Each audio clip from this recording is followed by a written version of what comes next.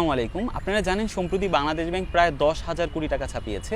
এখন প্রশ্ন হচ্ছে একটি দেশ কী কারণে এবং কিভাবে টাকা ছাপাতে হয়। প্রথমত হচ্ছে আপনারা জানেন একটি দেশ এক অর্থ বছরে ঠিক যে পরিমাণ সম্পদ বা যে পরিমাণ পণ্য উৎপাদন করে ওই দেশের কেন্দ্রীয় ব্যাংক ঠিক সেই পরিমাণ টাকা ছাপাতে হয় বা ঠিক সেই পরিমাণ টাকা মার্কেটে সার্কুলেট করে। এখন বাংলাদেশের এই অতিরিক্ত যে 10,000 কোটি টাকা ছাপিয়েছে এটি আমাদের দৈনন্দিন জীবনে বা কিভাবে মূল্যস্ফীতিকে প্রভাবিত করে সেই বিষয়টি খুব সহজে ব্যাখ্যা করার চেষ্টা করি। মনে করেন যে এটি হচ্ছে বাংলাদেশ, এই যে আপনারা যেই বর্ডারটি দেখতে পাচ্ছেন মনে করেন এটি হচ্ছে বাংলাদেশ। বাংলাদেশের এক অর্থ বছরে মোট উৎপাদিত সম্পদের পরিমাণ হচ্ছে মনে করেন যে এই 3টি আপেল, অর্থাৎ বাংলাদেশ 2023 এবং 24 অর্থ বছরে এই 3টি আপেল উৎপাদন করেছে এবং বাংলাদেশ ব্যাংক, বাংলাদেশের কেন্দ্রীয় ব্যাংক মনে করেন যে এই 3টি আপেল বা এই মোট সম্পদের সমপরিমাণ এই 300 টাকা ছাপিয়েছে। এখন আমার এক অর্থ বছরে মোট সম্পদ হচ্ছে 3টি আপেল, তার বিপরীতে বাংলাদেশ ব্যাংক ছাপিয়েছে 300 টাকা, তাহলে আমার মোট সম্পদের এগেইনস্টে আছে 300 টাকা। এখন আমার প্রতি আপেলের দাম পড়ছে মনে করেন যে 100 টাকা করে, যেহেতু আমার টাকা আছে 300 এবং সম্পদ আছে 3টা, তাহলে মোট দাম পড়ছে 100 টাকা করে। এখন আমার এই সম্পদ যদি অপরিবর্তিত বা কনস্ট্যান্ট রেখে, অর্থাৎ আমার উৎপাদন না বৃদ্ধি করে উৎপাদন ঠিক সেম রেখে, এখন বাংলাদেশ ব্যাংক যদি নতুন করে আরও 300 টাকা মার্কেটে নিয়ে আসে, অর্থাৎ মোট সম্পদ আছে 3টা, নতুন করে আরও 300 টাকা নিয়ে মোট যদি 600 টাকা মার্কেটে বাংলাদেশ ব্যাংক নিয়ে আসে, তাহলে আমার আপেলের দাম পড়ে যাচ্ছে 200 টাকা করে। অর্থাৎ যেখানে আমি আগে 100 টাকা দিয়ে একটি আপেল কিনতে পারতাম, নতুন করে 300 টাকা বাংলাদেশ ব্যাংক মানি সার্কুলেট করার কারণে বা ছাপানোর কারণে আমার একটি আপেল কিনতে হচ্ছে 200 টাকা করে, যে কারণে হচ্ছে আমার 100 টাকা কিন্তু মুদ্রাস্ফীতি বা আমার যে মুদ্রার যে মান সেটি কমে গিয়েছে। আপনারা জানেন বর্তমানে বাংলাদেশে স্বর্ণের বাজারে স্বর্ণের যে মূল্য সেটি হচ্ছে বাংলাদেশের ইতিহাসে রেকর্ড, অর্থাৎ বর্তমানে স্বর্ণের মূল্য হচ্ছে প্রতি ভরিতে 1 লক্ষ টাকারও বেশি। যেখানে 2007 সালে আমরা এক ভরি স্বর্ণ কিনতে পারতাম 19,000 টাকা দিয়ে, সেখানে আজকে 2023 সালে এসে এই স্বর্ণ কিনতে হচ্ছে 1 লক্ষ টাকার উপরে। যে কারণে ইকোনমিস্টরা যারা অর্থনীতিবিদ রয়েছেন তারা বলার চেষ্টা করেছেন যে সরকার যখন বারবার এই আমাদের মোট সম্পদের এগেইনস্টে গিয়ে যখন বারবার অতিরিক্ত টাকা ছাপাচ্ছে, তখন এই কারণে এটির প্রভাব পড়ছে আমাদের যে মার্কেট, আমাদের যে বাজার মূল্য অর্থাৎ মূল্যস্ফীতিতে। এখন প্রশ্নটি হচ্ছে, আমি আপনি যেভাবে জানি যে সরকার যখন তার মোট সম্পদের এগেইনস্টে গিয়ে অতিরিক্ত টাকা ছাপাবে তখন মূল্যস্ফীতি হয়, অর্থাৎ দ্রব্যমূল্যের দাম বেড়ে যায় এবং আমাদের যে মানি সেটার ভ্যালু কমে যায়। এটি কিন্তু সরকারও জানে, যারা নীতি নির্ধারণী পর্যায়ে আছে তারাও জানে এবং সেটি বাংলাদেশের যে সেন্ট্রাল ব্যাংক, কেন্দ্রীয় ব্যাংকও জানে। এখন প্রশ্নটি হচ্ছে কেন সেন্ট্রাল ব্যাংক এই অতিরিক্ত টাকাটি ছাপায়? এটি হচ্ছে দুটি কারণে। প্রথম কারণটি হচ্ছে ব্যাংকে যে লিকুইডিটি ক্রাইসিস থাকে বা তারল্য সংকট, সেটির কারণে। এই তারল্য সংকটটি কীভাবে ঘটে সেটি একটু দেখার চেষ্টা করি। মনে করেন যে আমি হচ্ছে এখন ব্যাংকে গিয়ে আমি 2 লক্ষ টাকা মনে করেন যে জমা রাখলাম বা 2 লক্ষ টাকা আমি সেভিংস করলাম। এখন মনে করেন ব্যাংকের কাছে 2 লক্ষ টাকা আছে। এখন আপনি এখন কোন একটা ইন্ডাস্ট্রি বা বিজনেস রান করতে যাচ্ছেন, আপনি কোন একটা উদ্যোগ নিয়েছেন, এখন হচ্ছে আপনার মূলধন নিয়ে আপনার টাকা প্রয়োজন। এখন আপনি টাকা কোত্থেকে নেবেন? আপনি অবশ্যই ব্যাংক থেকে লোন নেবেন।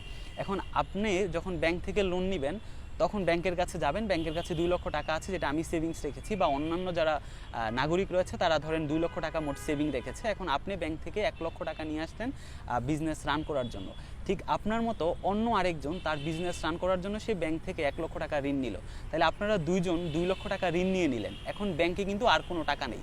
এখন তৃতীয় কোনো ব্যক্তি যদি তার বিজনেস রান করার জন্য বা তিনি যদি কোনো উদ্যোক্তা হতে যান বা তার যদি টাকা প্রয়োজন হয়, সে যদি ব্যাংকের কাছে যে সে যদি ঋণ নেওয়ার জন্য যায়, তখন কিন্তু ব্যাংক কিন্তু তাকে টাকা দিতে পারবে না, কারণ ব্যাংকের কাছে কোনো টাকা নেই। এই যে ব্যাংকের কাছে কোনো টাকা নেই, এটিকে বলা হচ্ছে তারল্য সংকট বা হচ্ছে লিকুইডিটি ক্রাইসিস।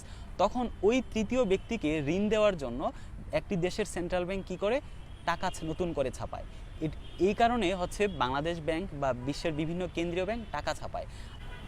এই লিকুইডিটি ক্রাইসিসের দ্বিতীয় আরেকটি যে কারণ সেটি হচ্ছে, আপনারা জানেন যে সরকারের যখন বাজেট ঘাটতি থাকে তখন সরকার সেই ঘাটতি পূরণের জন্য অথবা সরকার যখন কোনো আর্থিক সংকটে পড়ে তখন সরকার সাধারণত একটি দেশের যে কেন্দ্রীয় ব্যাংক থাকে বা একটি দেশের যে কমার্শিয়াল যে ব্যাংকগুলো থাকে সেই ব্যাংকগুলো থেকে ঋণ নেয়।